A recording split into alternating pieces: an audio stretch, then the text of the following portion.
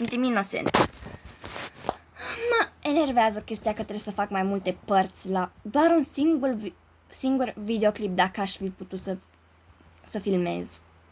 Anyways, să continuăm. Sunt inocent. Reușesc în sfârșit să nu mai țin cu mâna telefonul. Murder țintit. Hello, îi dăm junking. Hello, murder urât. Nu ești urâtă, da, ai acela.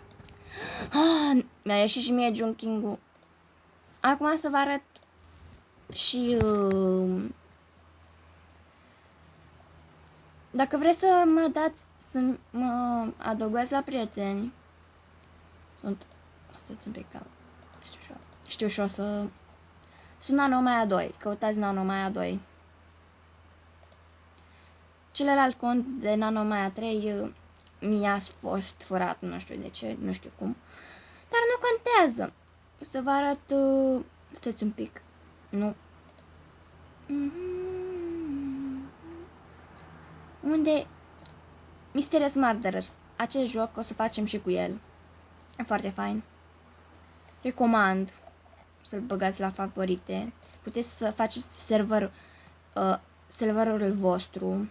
Am deja câțiva prieteni care au. Și puteți face 1v1. E foarte bun.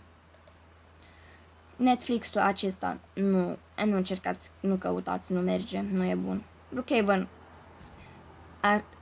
update trash, nu e bun update-ul acela